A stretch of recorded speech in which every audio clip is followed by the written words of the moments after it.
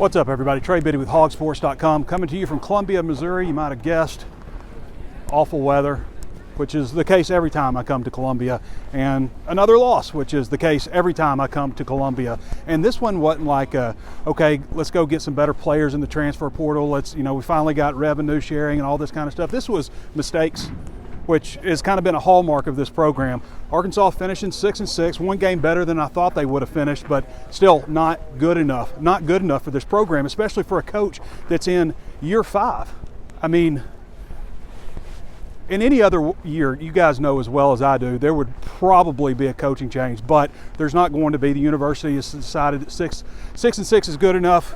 Looking to the future with revenue sharing and all that stuff, get better players. But I mean, everybody, you guys all knew when after Arkansas scored, Missouri had the ball and they started having success to get down in Arkansas territory right over here, you knew how this game was going to go. You know how it's going to go when Eli Drinkwitz has the ball last versus when Arkansas has the ball last.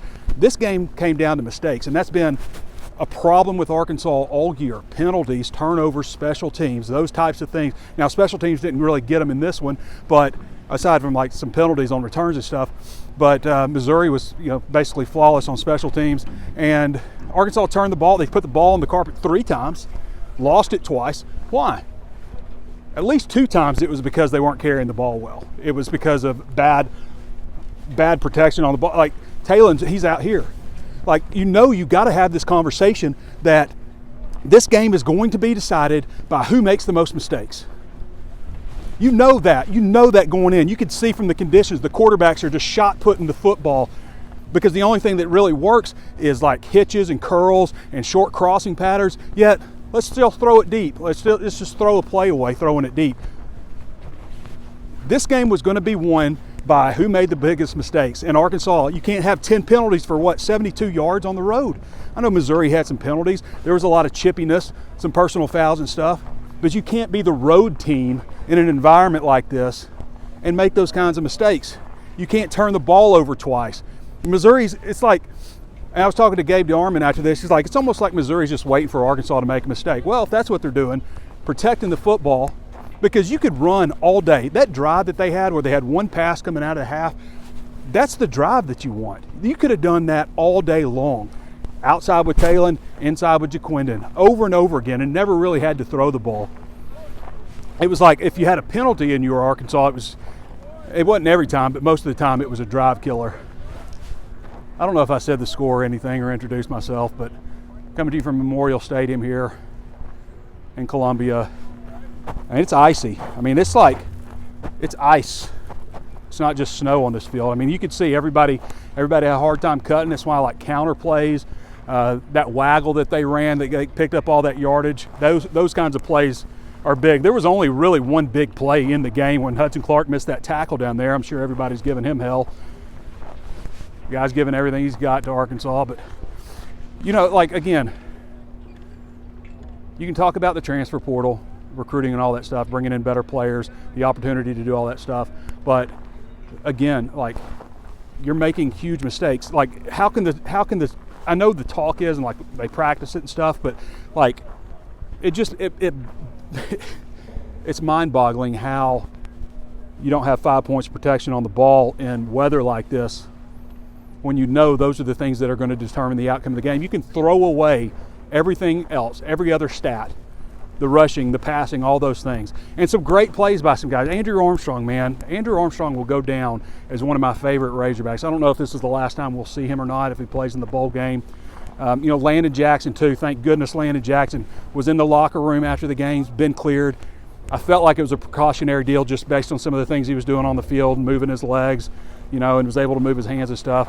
But you got to be careful with that kind of stuff. But Landon Jackson's been a great Razorback. Andrew Armstrong's been a great Razorback.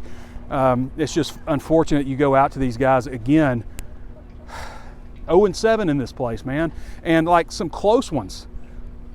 If Missouri is bad and Arkansas is good, Missouri still mostly beats Arkansas. If both teams are equal, Missouri wins. If Missouri is good and Arkansas is bad, they just blow their doors off. It's not even close generally.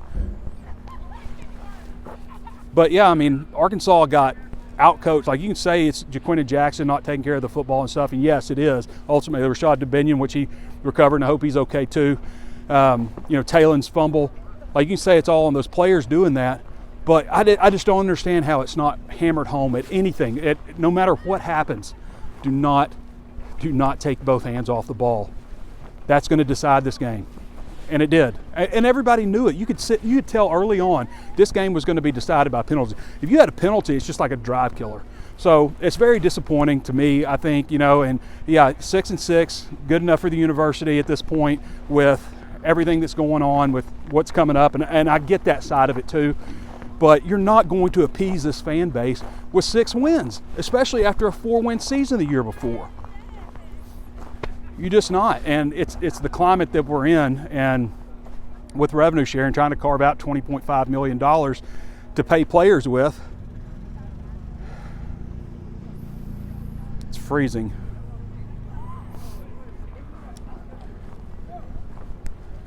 What do the red clay strays say? I'm awful and nice, but I'm cold as ice. I've been through hell, but I'll be all right. I don't know. Again, there's certain things that are it's so frustrating. I always talk about penalties, turnovers, special teams, overcoming injuries, making your opponents pay for mistakes. I just feel like Arkansas gets those kinds of things wrong. Like, they can move the ball.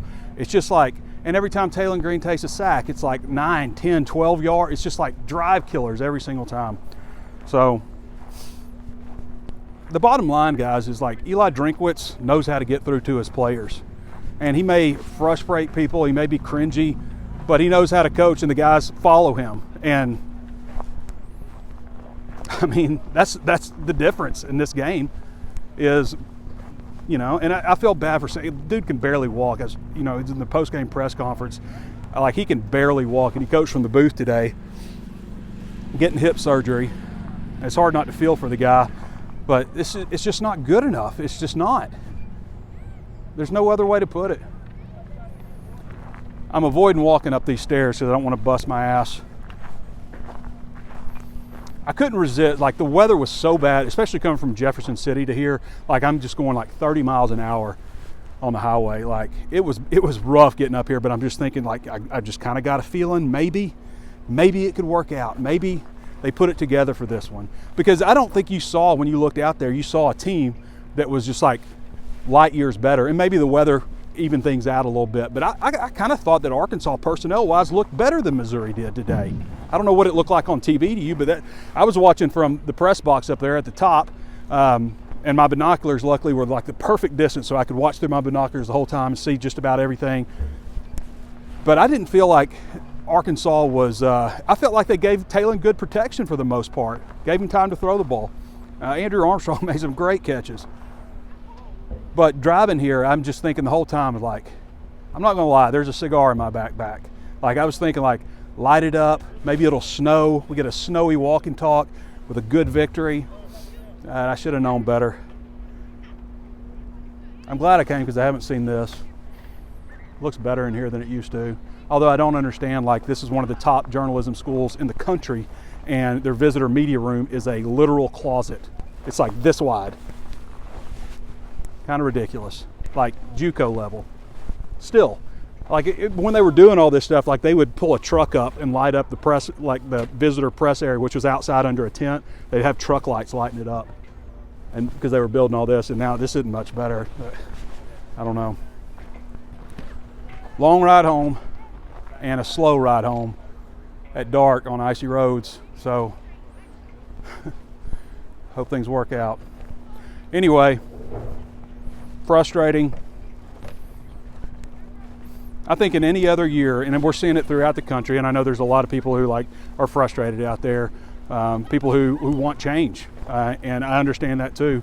The year that we're in college football, that stuff's just not happening like it used to. It's just not.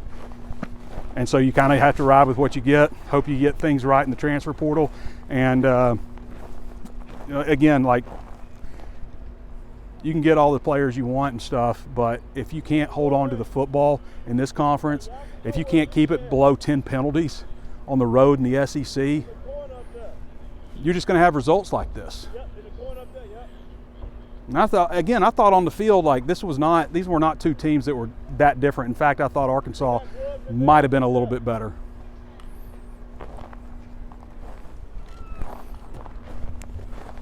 All right, everybody.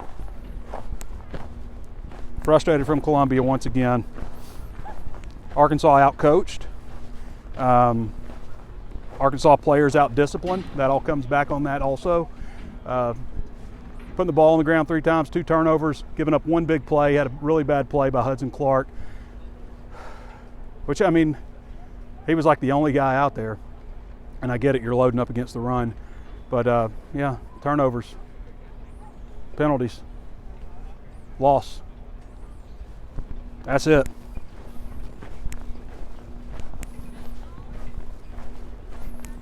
HawgSports is 75% off right now.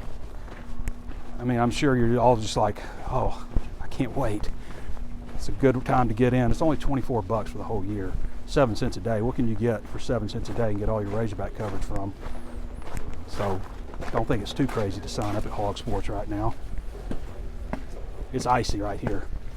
So I don't know if I want to bust it at the end of the walk and talk.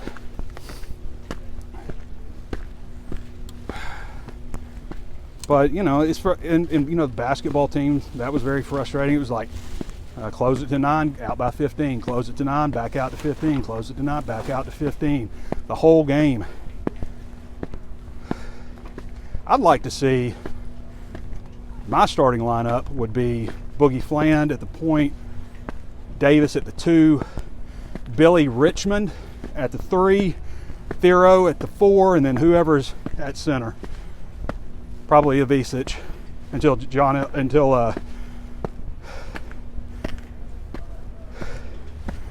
everybody gets healthy, I guess. Whew, it is icy. All right.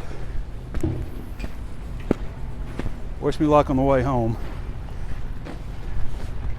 Tell you what, they make it, you earn it to get in this stadium. There's the press entrance way over there. Parking's way over here. But this gate's open, so that's good. I'm not going the wrong way. My hands are frozen. I hope everything goes well with Hipman's hip surgery on Tuesday, I guess. But they got to do some different things, man. I mean, they're just not getting through on some of these things. You're going to fumble the ball and stuff. It's going to happen. And I'm not so sure, like, the Binion's fumble wasn't unavoidable. Like, when you get the ball, when somebody puts the helmet on the ball, you're going to fumble. Like, but like when you're carrying the ball like this, that's just being careless. I'd like to see, I wouldn't hate seeing the quarterback competition opened up. And, you know, for this bowl game also, like, it's important to mention this too, but for this bowl game, the most important thing that you can get out of it is not just playing the game, some crappy destination, wherever they land. It's those practices that you get. Because, especially for the younger players, because you get, like, you know, almost a spring worth of football practice. Not quite, but it's kind of like that in a way, and especially beneficial for younger players. All right, that's it. You're not going to get any satisfaction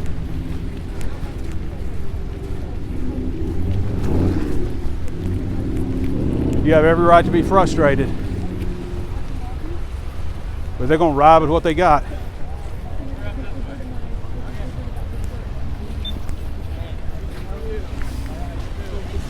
I mean, I guess it's a sense that he's got one more shot at it. Hey, how you doing? What's up, everybody?